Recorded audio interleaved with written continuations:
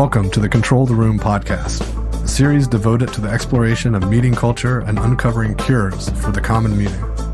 Some meetings have tight control, and others are loose. To control the room means achieving outcomes while striking a balance between imposing and removing structure, asserting and distributing power, leaning in and leaning out, all in the service of having a truly magical meeting.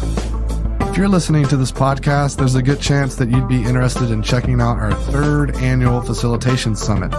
Due to the pandemic, we're going virtual this year, and we've got some really awesome things waiting for you. We have 18 master facilitators, and each day 6 of them will be sharing 20-minute lightning talks in the morning and facilitating workshops in the afternoon. Each attendee will get to see 18 talks and 3 workshops over 3 days. There are plenty of networking opportunities to connect with other attendees, plus games and prizes. I would also like to thank Mural, our exclusive conference sponsor. Mural is an online collaboration tool that we'll be using during the conference.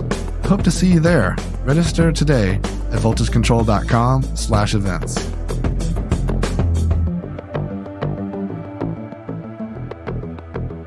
Today, I'm with Nicole Baer, Global Head of Marketing for Logitech's video collaboration business, a market leader and one of the fastest growing businesses at Logitech. Welcome to the show, Nicole. Thank you, Douglas. I'm thrilled to be here. So let's get started with a little bit of background on how you found your way into a company that focuses on hardware and software solutions for better meetings. Well, it's always been, remote work has been a topic that I've been passionate about for most of my career. As someone who has had different sort of flexible work options earlier on in my career, had children, and still had to deal with sort of black hole conference calls all day long. Virtual meetings and remote work have been a topic that's been super interesting to me. So when the opportunity came along to lead global marketing for Logitech in their video collaboration space, it was a really interesting way for me to bring an interest and a passion that I had around how remote work really creates inclusivity in the workforce and gets us out of very difficult conference calls where it's sort of like a black hole of decision making because you can't really interact with people the way you would in person. It kind of brought together what I noticed in the behavior in meetings with something that I was passionate about from a social perspective, and really brought those two things together in one role. So that was fortuitous. Yeah, I love this notion of, this social aspect to meetings and just the dynamics that play there. And you mentioned the inclusivity of these tools versus the black hole, conference call. What inherently makes this more inclusive? Well, I think first of all, by turning cameras on in virtual meetings in particular, it allows for face-to-face engagement, which is so important with humans, human decision-making, human interactions. That's how we, as tribes of people, whether it's, in a meeting or out in the world, that's how we come to decisions. And so if you miss out on that element of being able to interact face-to-face really from any location, you miss all of the nonverbal communication that just cannot be underscored as how important it is. We're just programmed as humans to take in a lot more information than what people are saying by watching them as they're saying it, catching inflections in voice, but also microfacial expressions, etc. So, I think it's so important that we have the ability to interact face-to-face, drive decision-making, drive collaboration, but not have to have that be physically in person. And of course, that's something that has become incredibly important to all of us during the pandemic. You're touching on something that's like near and dear to all of us facilitators. We talk about this notion of human connection and what are the signals that we have available to us. And I think that, when you look at in real life, you're right, that we have lots of practice, picking up on all these signals that sometimes we don't even think about it, right? It's just second nature. These things come in, we process them, and we make use of it to think about understanding others or bringing others in. And in the Yeah. virtual setting, it can be quite difficult. And I recently was comparing it to this kind of idea of in the early days of e-commerce. I'm sure you can remember in the early 2000s, Yes. when everyone was trying to figure this out, right? Right. I feel like we're kind of in that moment right now where Yeah. companies like Logitech are there figuring this stuff out and pushing the boundaries of what's possible so that we can get better signals and we can understand each other better. And I think the pandemic kind of forced the hand a bit to move a little bit quicker in some of those things. Yeah, no, I agree. And even, some of the things that we're doing that are very forward looking at Logitech and some other interesting companies are looking at too is, how do we really create equal participation in meetings? A lot of the societal evils like gender bias and racial bias come out in meetings. And you see that through unequal participation of all parties.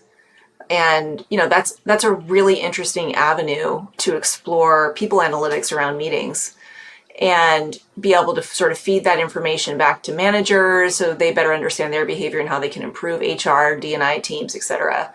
I think that's something that's super interesting and sort of a next, we're talking about waves of technology. That's something that's super interesting that I think we'll start to see more of soon. And there's also, in addition to the social aspects, there's also just the human element of people who are more introverted, more extroverted.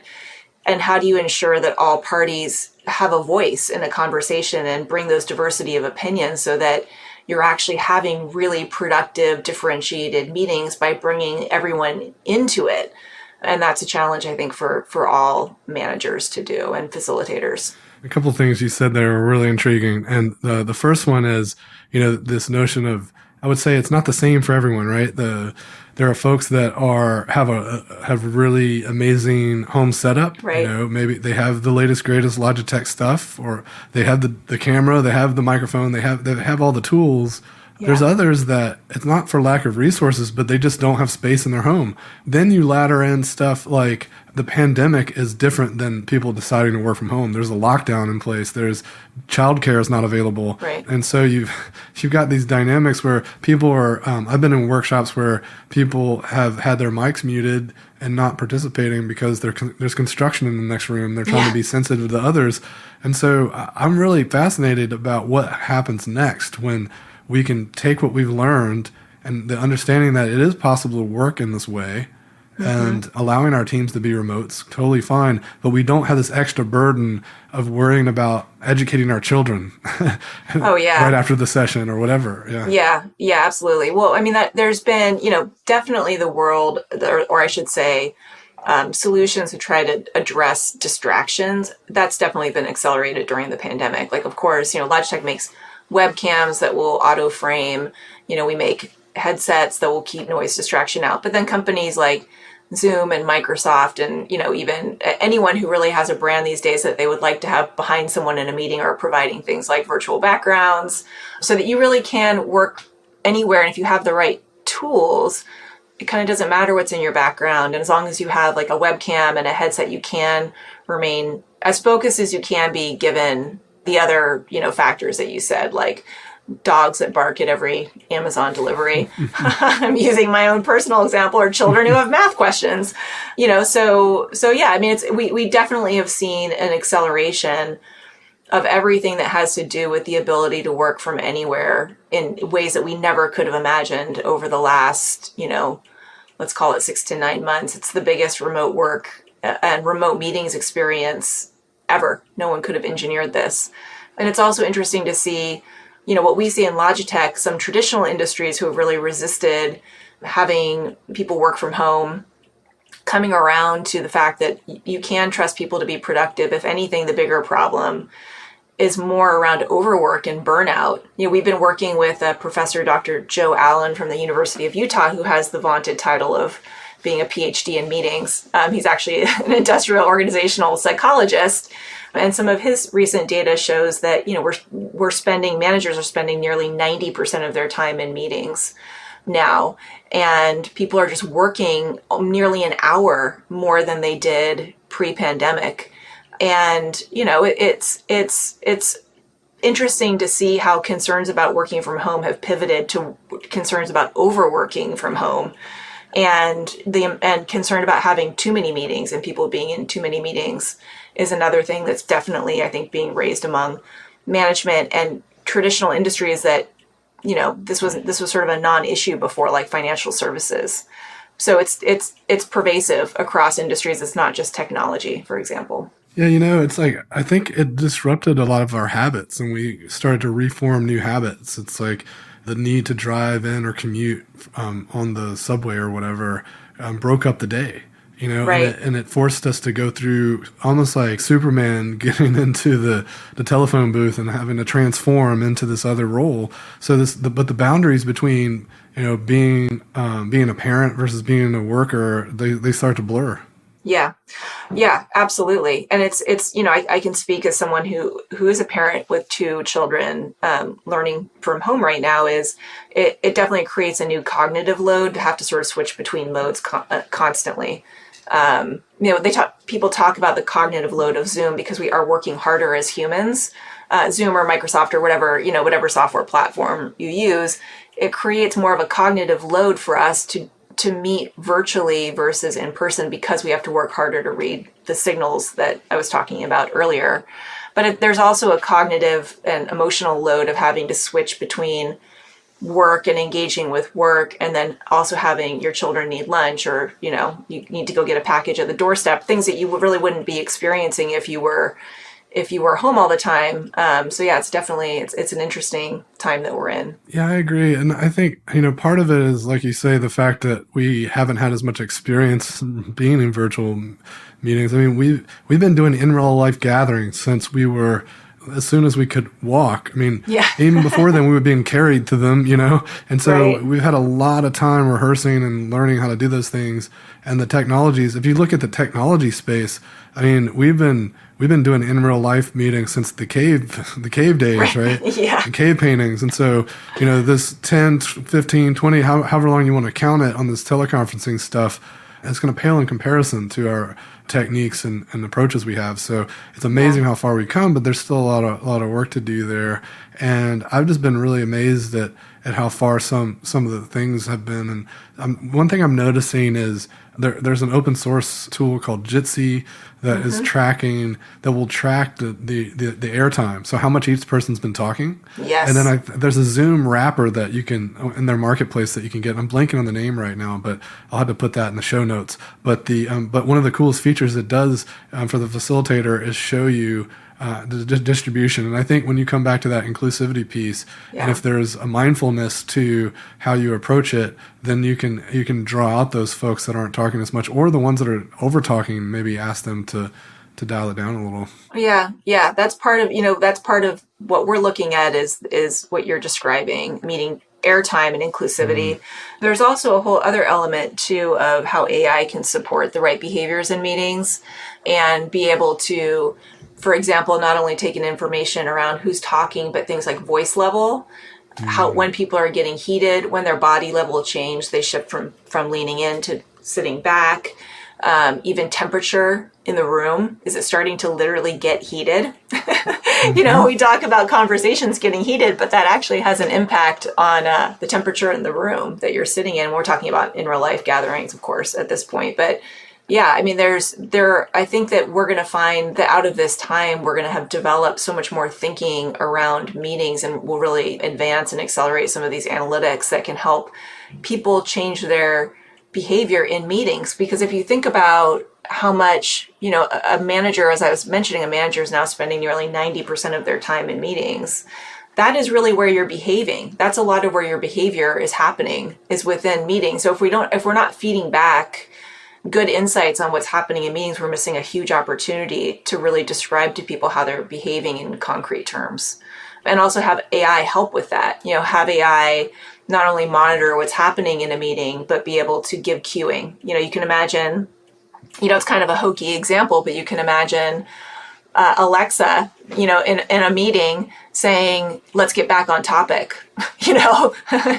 Alexa reading the agenda, knowing that we've gone off topic, or knowing that we're not really getting through what we need to in the meeting, and getting cues like that. I think that's something that is very real. It really could happen in the near future. Yeah, it reminds me of there was a product called Crystalnose that you could take a personality test and then it would make a profile of you, and then it's like reading your email and giving you tips on how to respond to the emails to make sure that like your response matches with the personality of, or the sentiment of what's coming back, and it's like the real time version of that. It's like happening in the meeting so that we have cues on, this person might need to hear this version of the message so that you can tweak it, so that so much disagreement and conflict comes from perception and how people, the intent doesn't matter. Right. And even microaggressions. What if an AI could tell you, what you said might have been even mildly offensive? Oh, it's like, I should be aware of that. If it just came out and I didn't even realize it, like, and now I can have that feedback, could be huge. I agree. And it's 100% possible to do. So I think we're going to see some really interesting things come on the market soon around this. And I think it's going to be incredibly helpful for companies and individuals. I agree, and you got me excited. I'm now looking forward to this. So another thing, when I come back to my comments around just the amount of time that we've spent just understanding and designing in-person meetings, I think that's another thing that's a big drain on folks, because another reason why so many of these meetings aren't quite as effective is because the virtual meetings take more time to plan and prep, because we've got extra tools we got to bring in. We've got to, we can't just rely on using an empty whiteboard is often pretty acceptable, but an empty mural or muro is like, that's more problematic, right? Because there's wayfinding and people understanding where to go and what's expected of them. Yeah. So I think that's something that should not be underestimated. And I think maybe we'll see more tools support our ability to just have ad hoc meetings. Yes. Not have to do as much planning on. Yeah, definitely. The ability to have more water cooler type conversations, that's part of what's adding to the meeting load, is that those informal meetings are not happening, at least in the same way they did before, where you could just spin your chair, or you go walk over and you chat with someone, and now that's become a meeting. You have to schedule a meeting for that. And of course, there are lots of ways to not have to make something a formal meeting, but I think it's kind of the default. If you have a question you need to get answered, if it has any degree of complexity, then you kind of default to thinking it needs to be a meeting. But, one of the things that we ask about a lot, and I know this would seem, paradoxical because we are all about virtual meetings at Logitech, but, a question that we ask ourselves a lot is, does this need to be a meeting, or can it be an email, or can it be a chat, or can it be a Slack? Because a lot of meetings really are not required. Like meetings should be around complex topics that require diversity of opinions to drive decision making, but oftentimes it can be an email, or it can be a short note. It doesn't have to be a full-blown meeting, because you're right. If you're going to schedule a meeting, it really needs to, there have to be some guardrails around it to make sure it's productive and a good use of people's time. Yeah, it was a BBC study that came out, gosh, it was maybe almost a year ago now. And I remember the headline just made me chuckle. It said, most pointless meetings are actually a form of therapy. That's probably true. And it's really profound if you unpack it, because it means that people need that water cooler time. They need that moment together. So then they just throw meetings on the calendar just so that they can connect with people. Yeah. But the problem with that is it's not intentional. That means that are we doing too little of it, too much of it? We don't know, because we're not measuring, we're not intentional about it. Right. Yeah, exactly. And I think one thing that I say to my team in an effort to mitigate all of our meetings, we have real working time, which is so important, is a phrase that I picked up from my last boss, which was no agenda, no attenda. And it's caught on my team too. But, if you don't have an agenda, which is what industrial and organizational psychologists would call procedural communication, which exactly what you're describing, sort of the formal aspects of needing to set up a meeting, whether it's the actual setting it up, getting yourself in place to have a virtual meeting, deciding what's going to go into the meeting, that part of procedural communication is super important. Even just by following, some basic stuff like having an agenda, it lifts the effectiveness of your meetings in the low double digits. It's insane. And that doesn't seem like a huge number. 12% doesn't seem like a large number, but at the same time, if you think about how many meetings we all have, that would be a gigantic improvement just to consistently have an agenda if you are going to call a meeting, and then leverage other things like you were describing, the informal chat, Slack, email, etc., when you really don't need a meeting. Yeah, I think also even putting an agenda together makes you think a little more deeply about your purpose, which clarifies that goal. And then that is goodness as well. And often, if someone is sitting down, pen to paper, trying to make an agenda and they're struggling, there's a chance they might just cancel the meeting or just say, let me just send an email. That's just as much, this agenda is so much work, I might as well just type this email. Yeah. In fact, I've seen, within my own team behaviors where people will cancel the one-on-ones that they have with me because if they can't put together an agenda, they move over to an email, take the time off of our calendars and make it an email. And that makes me extremely happy. Yes. Canceled meetings is always it's a fun. Gift. Sometimes. Yes. Yeah, airtime. Sometimes. So I was also thinking about this notion of 3D audio and as a potential solve for the serendipity. Because if it's one thing to put yourself out in some random room that has to be topical or like conceptual in some way, I guess you could have a chat space where you where you just go into like random hallway or something.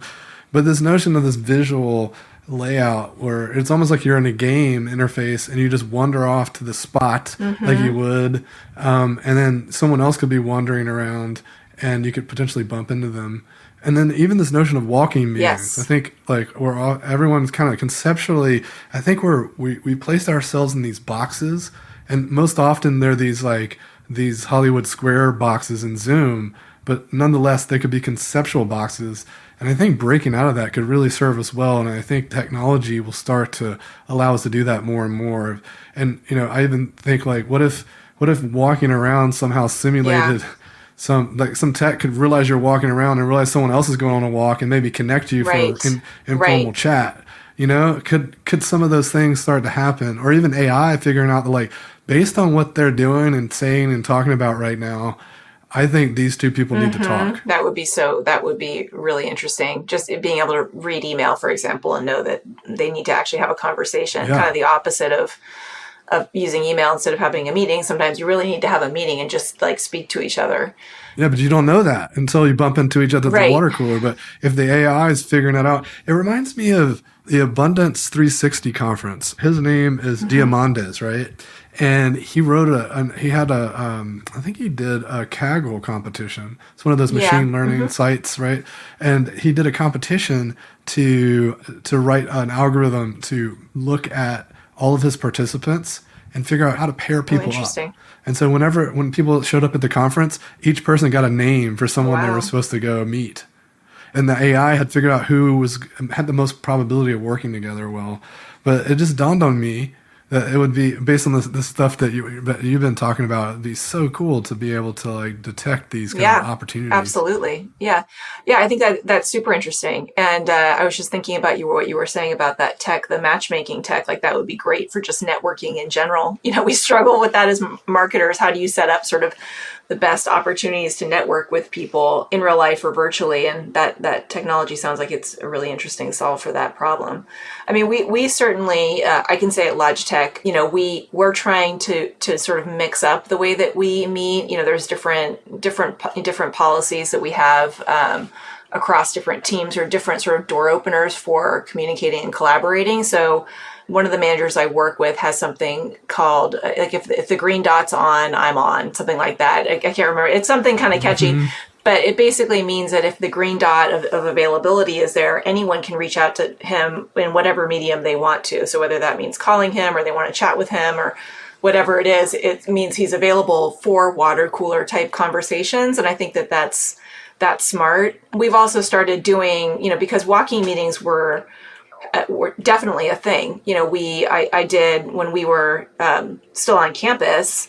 And I know a lot of, this is certainly not new. We definitely did do quite a few walking meetings for one-on-ones, and I really enjoyed them. So on my team, we've started also doing our one-on-ones at time and walking so that we can just get up and take a break and get away from a screen, which is good for our eyes, it's good for our brains, and just mix up the ways that we're communicating so it doesn't just feel like an endless stream of meetings all day. Yes, I think that varying the setting, the place, the context, the structure, all really good stuff. And you have a talk coming up at Zoomtopia around mindful meetings. I'd love to hear. Can we get a sneak peek on what you're excited about talking about? And Yeah. So we started exploring this concept of mindful meetings pre-pandemic.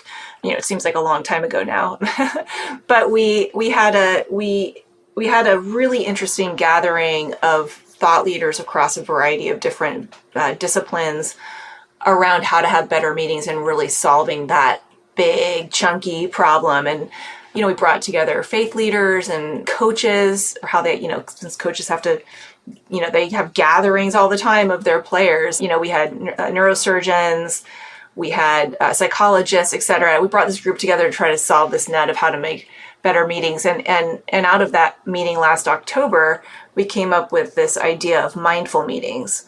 How do we bring in mindfulness into meetings so it's not just sort of a hamster wheel you get on? You look at your calendar and you just kind of go for the day. But how to be more present in meetings, how to make sure that you're communicating to others that you're present and engaged in the meeting, how to do the right sort of procedural communication, which I was talking about before, having an agenda, making sure that you're respectful of cultural norms around what is an acceptable amount of lateness, understanding, how late can one be before you've really torpedoed the meeting and made people resentful, so it's really about like understanding the impact on others that you have in meetings, understanding how to have better meetings, and understanding when to have a meeting. And so that's really all of that goes into the pot of having more mindful meetings. So I'm really excited to delve into this more at Zoomtopia, which is October 13th and 14th. Yeah, it reminds me, like when you were talking about mindful, it reminded me of just intention and how we can just not just like throw meetings all over someone's calendar and usurp our coworkers' time, etc. Mm-hmm. Then use that word mindfulness, and it really jumped out to me because when we do our facilitation training, we talk a lot about mindfulness and being intimately aware about your internal conditions and what you bring into the room. And there's a quote from O'Brien from Theory U where he says, "The success of any intervention depends on the interior condition of the intervener." And knowing what we bring in is so powerful because not only is the facilitator, but also every attendee. If we're totally checked out or really upset about something else, we're not going to necessarily be great facilitators or great participants. Yeah, it's having intention for the meeting. It's showing up on time for the meeting. It's allowing people to talk and participate fully, kind of coming full circle back to inclusivity, making sure that there's a structure of what we want to talk about. It gets resolved. And, even things like we talk about as part of mindful meetings, having a closing breath for everyone. And I know that sounds sort of hokey, but it really, it provides a way to have closure on the meeting and for the people that just collaborated to feel a sense of we just accomplished something. So we're practicing a closing deep breath by everyone at the end of a meeting. And it's amazing how much it helps also prepare yourself and transition into the next thing that you're working on, rather than feeling this frazzled feeling of just going from thing to thing, just taking a breath, closing the meeting as a group and moving on. I love that. One of the speakers at Control the Room last year talked about a team breath. And so that's your version of a team breath, but specifically at the end of a meeting. And closure is so critical because if we just have a simple like, oh yeah, we got some action items. Okay, see you tomorrow. It's way different than if we come together into a ceremony or a ritual that really has some poignancy to it that gives us that sense of closure. Agree. And it also reminds me of we have so many meetings and we're kind of just marching from meeting to meeting, often with no breaks in between. And that sense of closure is really important. Also, how we start up meetings is also an area for design as well, because if we expect that people did close the previous meeting, we might be wrong. there might be stuff still running through their heads around what just happened. Yeah, and it's so important, to give us sort of time to process whatever happened before when you come into the meeting, which is also, I think it's really important to not just launch in to what's in the agenda. Spend that time connecting with the people on the meeting, asking how their day is going. It also helps, I think, understand what people are bringing into the meeting. If they're coming in really hot from a meeting that maybe had, considerable conflict in it, or had technology disruptions, and so they're frazzled, those are good things to know coming. It's good to spend like the first 2 minutes of the meeting having those sort of normal human interactions to kind of get a check on where people are in the room too, because that's really helpful information. And then, at the end of it, having a similar moment of sort of closing it together and then moving on. Yeah, I love that check-in at the beginning. And then I usually coach people to make that part of the agenda. Like honor it enough to say that this is like, I'm gonna put some time reserved to it. I'm gonna think about how I approach it and even look into new ways, because there's always people are always coming up with new warm-ups and new ways to kind of draw people in. And I think that's really spot on advice, just to make sure we have time for the team to feel heard and just to ease into it a little. Yeah, I agree. And I think it also connects back to not being late, because if you're coming in late to a meeting, which is just, can be a byproduct of having too many meetings, just getting to the point of your prior meeting toward the end. And so you're scrambling to get whatever you want to get accomplished. But, even if you're coming in late, still taking a minute to connect with the people in the room is really important. Absolutely. And, it reminds me of some of the stuff we talk about in magical meetings, which is thinking about before the meeting, during the meeting, after the meeting, because there's not only stuff to do during the meeting, which is, I think, gets a lot of focus that's just the kind of knee jerk, right? There's stuff that we can do ahead of time to help people do better. You talked about sharing the agenda. There's other expectation setting kind of things, or things that we can prep and get ready for folks, so that even if it's like an asset that we might react to or that we might collaborate on, if we have that ready and prepped, then it just makes things go a lot more smoothly. Yeah, I agree. And then I think for particularly, things that are particularly complex, making sure that people in the room understand what the expectation is of what their role is going to be in terms of what kind of input they need to provide, so they're prepared. There's nothing worse than going into a meeting and having, someone say, "Can you tell us about that data?" That's gonna, you're like, "I didn't even know I needed that data." So I think it's good to set that expectation too. Like, what are and that helps with inclusivity, to say, I'd like for you to make sure you've brought this data, and, I'd like for you to make sure you provide your point of view on, X topic, whatever it is. So also, so that people are really prepared to come and talk. I mean, of course, not all meetings can you be that planful about, but to the extent that it's something that's really important and you want to drive decision making, those things can be hugely impactful.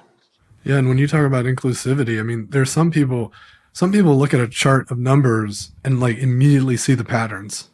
Some people look at a chart of numbers and they're just like, it freaks them out, and then they need to like set it aside and come back to it an hour later, look at it a little more, like maybe like scribble some math on the side or whatever, and make some circles and extract the patterns. And, if you really want to tap into a broad perspective, just throwing a chart at people is only going to be able to get input from a certain group. Yeah, no, I totally agree. As someone who, I love data, I love working with data, but I also like to have some time with it before, making sure that as you get to know your team, you get to know the people you're working with. Do they prefer a pre-read? If they prefer a pre-read and that's what's going to help make the meeting more effective, send things out as a pre-read. It's like there's no downside in doing so. I like that point you made around roles and expectations as well, because I think so many times it's easy to fall into the trap of having a notion of how a decision is going to get made. And if you don't communicate that, then other people don't know. And so a classic trap leaders get into is when they just want some advice and they bring people together and they don't make it clear that I'm just asking for advice, but I'm going to make this decision regardless of what you tell me. But I really want to know what you have to say. And then if they go and make a totally different decision, then people can get upset because they're like, why didn't you listen to my advice? Right. And it could have been totally avoided by setting the expectations up front. And the dangerous thing about that too is that if that's done too many times, then people stop contributing. Even when you are going to give them, when you're going to delegate, they don't even want to make the decision because they're like, you're just going to undo it. That's the perspective that's been planted, right? Mm-hmm. Yeah, no, I totally agree. I had a boss like that once who oftentimes would sort of take the pulse on a decision that was already made just to make sure there were no gotchas. But that's okay as long as you're clear that I'm looking for gotchas. I'm going to tell you what I plan on doing, and I might veto this if there's a really good reason for me to do so. But otherwise, this is the decision, and being clear that that's really what you're asking for can be important too. Absolutely. So as we're kind of coming up on time here, I want to just I want to ask you one of my favorite questions, which is, what is your facilitation superpower? I would probably say two that are kind of related, humor and humility. I mean, I think the further I get into my career, the more that I understand that bringing some humor into a meeting and there are meetings that are not lighthearted by nature, right? They're just not. But, it just helps to break up cognitive load. And I think that having some humor, trying to enjoy the experience, bringing some lighthearted moments to others really helps with the engagement in the meeting, and it helps with connection, and it helps people really bring their full brain to what you want to talk about and do their best work. So I think humor is important. It's not about just telling jokes. It's just taking the moment, where you can. I poke fun at myself all the time. I'm often the victim of my own humor in meetings. Highly effective. And it goes along with the humility piece, right? Because everyone wants to support the person who is willing to show their weakness. And if someone's the hero, then be off-putting. Yeah, exactly. And I think the humility piece is, coming oftentimes you start to lose sight as leaders that others, especially that might be more in the beginning of their career, can be intimidated. I remember being a 22-year-old with a VP in a meeting, and it was intimidating. And making sure that I bring humility into the conversation, I'll make sure people are talking, engage with folks, asking them to contribute and valuing their opinion. I think that goes a long way to having full participation in meetings and just with work in general. So when you think about the listeners and what we've discussed today, is there anything you'd like to leave folks with to think about as they kind of walk around with what we've been talking about? I think that we're in such a unique time in history, and it's a really important moment in time to develop some skills that we really might not have had the opportunity to do before, around how do you act as a good meeting facilitator when it's virtual, it's not in person? How do you encourage full participation in meetings? How do you make better meetings? These are all things that we can kind of experiment with when we're working from home and we've had our complete paradigm shifted in the way that we work. So it's really the time to experiment. It's time to acquire new skills. It's time to get maybe comfortable with technology that you have not maybe been comfortable with before, and come out the other side of this pandemic feeling like you learned a new gear with meetings and with work. Excellent. Well, it's been great chatting with you today, and best of luck on your talk at Zoomtopia. I'm sure it's going to be great. Thank you. Nice speaking with you, Douglas. Thanks for joining me for another episode of Control the Room. Don't forget to subscribe to receive updates when new episodes are released. And if you want more, head over to our blog where I post weekly articles and resources about working better together. voltagecontrol.com.